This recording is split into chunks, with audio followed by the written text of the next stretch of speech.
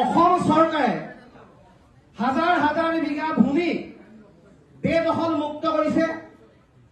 বনাঞ্চলক জনাঞ্চললৈ পৰিৱৰ্তন কৰাৰ ক্ষেত্ৰত বাধা হাতত লৈছে আৰু অবৈধ নাগৰিকৰ ক্ষেত্ৰত এটা ষ্টেপ লৈছে।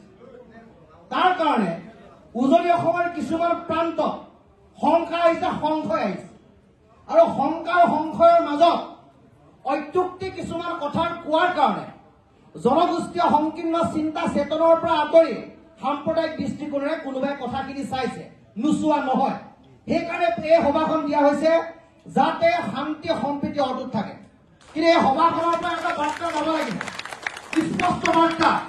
প্ৰথম কথা যে হাজাৰ হাজাৰ বিঘা মাটিত যি অবৈধ বেদখল চলি আছে, উচ্ছেদক পূৰ্ণ সমৰ্থন খিলঞ্জীয়া ধলগিৰি ৰাইজে দিছে আৰু দি যাব, এইটো এটা স্পষ্ট কথা। দ্বিতীয় কথা যে বনাঞ্চলক জনাঞ্চললৈ পৰিৱৰ্তন কৰি যিটো বায়'ডাইভাৰ্চিটি চেঞ্জৰ যিটো কাম কৰিছে তাৰ বিৰুদ্ধে খিলঞ্জীয়া ধলগিৰি ৰাইজে একত্ৰিত হৈছে, চৰকাৰ সমৰ্থন জনাইছে। কিন্তু যিখন চৰকাৰে গৰিয়া মৰিয়া দেখি জোলা ছয়ত এইকেইটা জনগোষ্ঠীয় মৰ্যাদা দিয়াৰ পাছত যিখন অসমত এই ইছলাম ধৰ্মী লোকসকলে শৰাইঘাটৰ যুদ্ধত লাচিত বৰফুকনৰ লগত লাগি নিজৰে ইছলাম ধৰ্মৰ মানুহৰ এগেইনষ্টত যুঁজ দিছিল, তেখেতলোকৰ যিটো ত্যাগ, তেখেতলোকৰ যিটো তেজৰ ত্যাগৰ নমুনা তাক আমি অস্বীকাৰ কৰিব নোৱাৰো।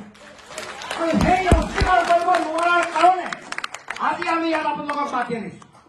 অসম আন্দোলনত যিসকল ধলগিৰি খিলঞ্জীয়া মুছলমানে নিজৰ দেশ ত্যাগ কৰিছিল, তেখেতলোকৰ ত্যাগক আমি ভেঙুচালি কৰিব নোৱাৰো।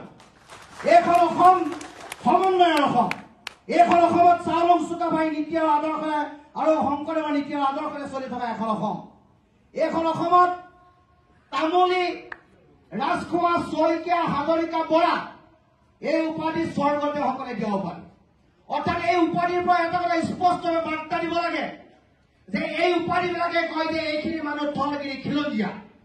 এখেতলোকৰ লগত লৈ প্ৰশ্নবোধক চিন উদয় হ'ব নালাগে।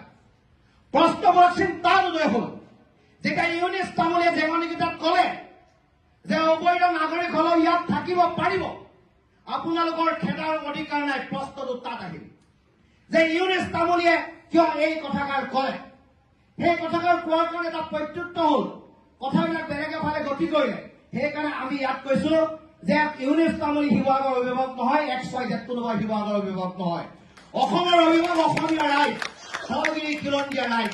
আৰু অসম চৰকাৰেও এই কথা আচ্ছাপ কৰিব নোৱাৰে যে উজনি অসমৰ ধলগিৰি খিলঞ্জীয়া ৰাইজৰ ভোটেৰে তেখেতলোকে চৰকাৰ বনাইছে। গতিকে ধলগিৰি খিলঞ্জীয়া ৰাইজৰ মনত অহা বিদ্বেষ, ধলগিৰি মানুহৰ মনত অহা সন্দেহ, অৱকাশ দূৰ কৰা দায়িত্ব চৰকাৰ। এই কথাটোৰ কাৰণে আমি ইয়াত কৈছো যে কোনোবাই সেই কথা কওক, আমি কিয় সম্প্ৰীতি এৰি দিম, আমি কিয় সমন্বয় এৰি দিম। মই ভাবো যে শিৱসাগৰৰ ধলগিৰি খিলঞ্জীয়া মুছলমান গোলামী নহয়। যদি গোলামী হলহেঁতেন যে ঐতিহাসিক দেৱী দলৰ মাৰ ওচৰত অৰ্পিত প্ৰসাদ, যিটো প্ৰসাদৰ ৰঙা ফুট লগা হয়, বলি ছাগলী মুছলমানৰ ঘৰলৈ দিওঁতে আন্তৰিকতাৰে গ্ৰহণ কৰে। মই শিৱদৌলৰ ছেক্ৰেটাৰী হিচাপে কৈছো সেইটো সম্প্ৰীতি। আৰু য'ত আজানবী দৰগাহ আছে, এই আজানবী দৰগাহ হোৱাৰ ঠাইত আপোনালোকে য'ত কাম কৰি আছে তাত শ শ হিন্দু মানুহে তাৰ আৱেষ্টনীৰ ভিতৰত সেই সম্পদটো সুৰক্ষিত কৰিছে। গতিকে শিৱসাগৰীয়া ৰাইজ সংকীৰ্ণ নহয়, শিৱসাগৰীয়া এটা সাম্প্ৰদায়িক নহয়।